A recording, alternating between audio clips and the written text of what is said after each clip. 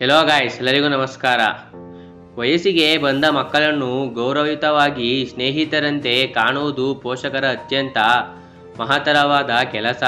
ಸುಧಾಮೂರ್ತಿಯವರು ಈ ಸಲಹೆಗಳನ್ನು ನಾವು ಈ ವಿಡಿಯೋದಲ್ಲಿ ತಿಳಿಯೋಣ. ಮನೆಯಲ್ಲಿ ಬೆಳೆಯುವ ಮಕ್ಕಳಿದ್ದರೆ ಪೋಷಕರಿಗೆ ಜವಾಬ್ದಾರಿ ಜಾಸ್ತಿ. ಏಕೆಂದರೆ ಸಮಾಜದಲ್ಲಿ ಮಕ್ಕಳನ್ನು ಅರ್ಥಪೂರ್ಣವಾಗಿ ಬೆಳೆಸಬೇಕು ಎನ್ನುವ ಒತ್ತಡ ಇರುತ್ತದೆ. ಬೆಳೆಯುವ ಹಂತದಲ್ಲಿ ಮಕ್ಕಳು ತಪ್ಪು ದಾರಿ ಹಿಡಿದರೆ ಅದು ಅವರ ಭವಿಷ್ಯವನ್ನೇ ಹಾಳು ಮಾಡಬಹುದು. ತಪ್ಪು ದಾರಿ ಎಂದರೆ ಮಕ್ಕಳೇ ಆಯ್ದುಕೊಳ್ಳುವ ಹಾದಿಗಳೇ ಆಗಬೇಕು ಅಂದೇನಿಲ್ಲ. ಕೆಲವೊಮ್ಮೆ ಮನೆಯಲ್ಲಿ ಪೋಷಕರು ನಡೆದುಕೊಳ್ಳುವ ರೀತಿ ಕೂಡ ಅವರನ್ನು ತಪ್ಪು ಮಾರ್ಗದ ಕಡೆಗೆ ಕೊಂಡೊಯ್ಯುತ್ತದೆ. ಹಾಗಾಗಿ ಪೋಷಕರಾದವರು ಮಕ್ಕಳ ಜೊತೆ ಸ್ನೇಹಿತರಾಗಿ ನಡೆದುಕೊಂಡು ಅವರು ಹಾಗೂ ಹೋಗುಗಳನ್ನು ಅರ್ಥ ಮಾಡಿಕೊಂಡು ಮಕ್ಕಳನ್ನು ಅತ್ಯುತ್ತಮವಾಗಿ ಬೆಳೆಸುವ ಕಲೆಯನ್ನು ಕಲಿತುಕೊಳ್ಳಬೇಕು. ಈ ಬಗ್ಗೆ ಸುಧಾಮೂರ್ತಿಯವರು ಹೇಳುವುದೇನು? ನಾವು ಅದನ್ನು ಈ ವಿಡಿಯೋದಲ್ಲಿ ತಿಳಿದುಕೊಳ್ಳೋಣ. ನಂಬರ್ 1, ಸ್ವಾತಂತ್ರ್ಯ ಕೊಡುವುದು ಬಹಳ ಮುಖ್ಯ.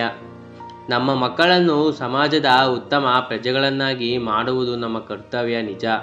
ಹಾಗೆಂದು ಮಕ್ಕಳು ಬೆಳೆಯುವ ವಯಸ್ಸಿನಲ್ಲೇ ಅವರ ಮೇಲೆ ಅವರಿಗೆ ಅರ್ಥ ಮಾಡಿಕೊಳ್ಳಲು ಸಾಧ್ಯವಾಗದ ವಿಷಯಗಳನ್ನು ಹೇರುವುದು ತಪ್ಪು. ಮಕ್ಕಳಿಗೆ ಪೋಷಕರಾದವರು ಎಂದಿಗೂ ಸಹ ಸ್ನೇಹಿತರಾಗಿರಬೇಕು. ನಿಮ್ಮ ಹಲವಾರು ಗೊಂದಲಗಳನ್ನು ಬದಿಗಿಟ್ಟು ಮಕ್ಕಳ ಜೊತೆ ಮಕ್ಕಳಾಗಿ ವರ್ತಿಸಬೇಕು. ಮಕ್ಕಳನ್ನು ಅವರ ಅನುಕೂಲಕ್ಕೆ ತಕ್ಕಂತೆ ಬೆಳೆಯಲು ಬಿಡಬೇಕು. ಪೋಷಕರಾದವರು ತಮ್ಮ ಮಕ್ಕಳಿಗೆ ತಕ್ಕ ಮಟ್ಟಿಗೆ ಸ್ವಾತಂತ್ರ್ಯ ಕೊಡುವುದು ಬಹಳ ಮುಖ್ಯ. ನಂಬರ್ 2, ನೀವೇ ಮಕ್ಕಳಿಗೆ ರೋಲ್ ಮಾಡೆಲ್ ಆಗಿ. ಬೆಳೆಯುವ ಮಕ್ಕಳಿಗೆ ಗುರು ಮತ್ತು ಗುರಿ ಎರಡೂ ಮುಖ್ಯ. ನೀವು ಗುರು ಆದರೆ ಅದು ಪರೋಕ್ಷವಾಗಿ ಅವರಿಗೆ ಗುರು ಸಿಕ್ಕಂತೆ ಆಗುತ್ತದೆ. ಹಾಗಾಗಿ ಮಕ್ಕಳ ಬೆಳವಣಿಗೆಗೆ ಅನುಕೂಲಕರವಾದ ವಾತಾವರಣವನ್ನು ಪೋಷಕರಾಗಿ ನೀವು ನಿರ್ಮಿಸಬೇಕು. ಏಕೆಂದರೆ ಮಕ್ಕಳು ಪೋಷಕರಿಂದ ಕಲಿಯುವುದು ಬಹಳ ಇದೆ. ನೀವು ಮನೆಯಲ್ಲಿ ಹೇಗೆ ನಡೆದುಕೊಳ್ಳುತ್ತೀರಿ ಎನ್ನುವುದು ನಿಮ್ಮ ಮಕ್ಕಳ ಮನಸ್ಸಿನ ಮೇಲೆ ಪ್ರಭಾವ ಬೀರುತ್ತದೆ. ಇದು ಅವರ ನಿರ್ಧಾರ ತೆಗೆದುಕೊಳ್ಳುವಿಕೆಯ ಮೇಲೂ ಸಹ ಪ್ರಭಾವ ಬೀರಬಹುದು. ಹೀಗಾಗಿ ಬೆಳೆಯುವ ಮಕ್ಕಳ ವಿಷಯ ಬಂದಾಗ ನಿಮ್ಮ ಜವಾಬ್ದಾರಿ ಹೇಗಿರುತ್ತದೆ ಎಂಬುದು ಅರ್ಥ ಮಾಡಿಕೊಳ್ಳಿ. ನಂಬರ್ 3, ಸರಳವಾಗಿ ಬದುಕಿ ತೋರಿಸಿ. ನಮಗೆ ಶ್ರೀಮಂತಿಕೆ ಎಷ್ಟು ಪ್ರಮಾಣದಲ್ಲಿದೆ ಇದ್ದರೂ ಸಹ ನಾವು ಸರಳವಾಗಿ ಬದುಕಿ ಜಗತ್ತಿಗೆ ತೋರಿಸಬೇಕು ಎನ್ನುವುದು ಸುಧಾಮೂರ್ತಿಯವರ ಬಲವಾದ ನಂಬಿಕೆ. ಅವರು ಕೂಡ ಇದರಂತೆ ನಡೆದುಕೊಂಡಿದ್ದಾರೆ. ನಾವು ಸರಳವಾಗಿದ್ದರೆ ನಮ್ಮ ಮಕ್ಕಳು ಕೂಡ ಶ್ರೀಮಂತಿಕೆಯ ಆಡಂಬರಗಳಿಗೆ ಒಲವು ತೋರುವುದಿಲ್ಲ. ಸಂಬಂಧದ ಮೌಲ್ಯಗಳನ್ನು ಚೆನ್ನಾಗಿ ಅರ್ಥ ಮಾಡಿಕೊಳ್ಳುತ್ತಾರೆ.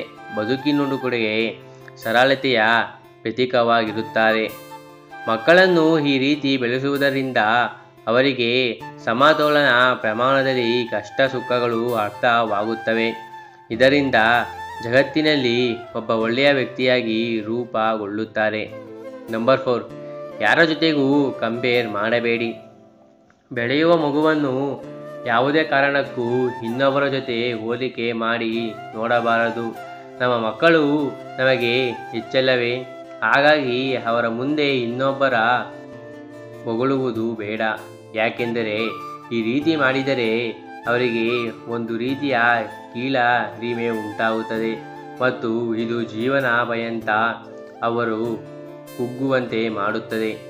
ಅವರ ಸಾಧನೆಯ ಹಾದಿಗೆ ತಡೆ ಹೊಡೆದಂತೆ ಆಗುತ್ತದೆ. ಹೀಗಾಗಿ ಮಕ್ಕಳೇ ಆದರೂ ಅವರು ಸಹ ಗೌರವಯುತವಾಗಿ ಬದುಕಲು ಅನುಕೂಲ ಮಾಡಿಕೊಡಿ. ನಂಬರ್ 5, ಮಕ್ಕಳ ಮಾನಸಿಕ ಒತ್ತಡವನ್ನು ದೂರ ಮಾಡಿ.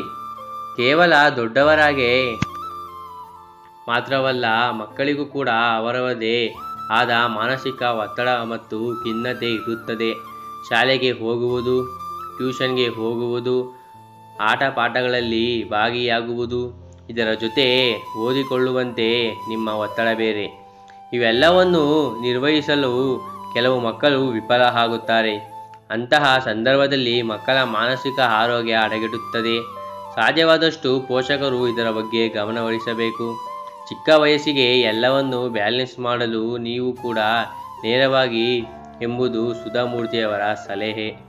ನಂಬರ್ 6, ಮಕ್ಕಳು ಹೇಳುವುದನ್ನು ಕೇಳಿಸಿಕೊಳ್ಳಿ.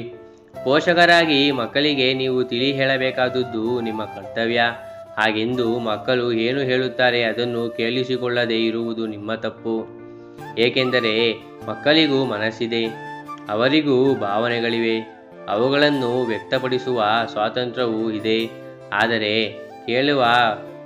ಕೊಳ್ಳಲು ನಿಮಗೆ ಕಿವಿ ಬೇಕು ಅಷ್ಟೇ.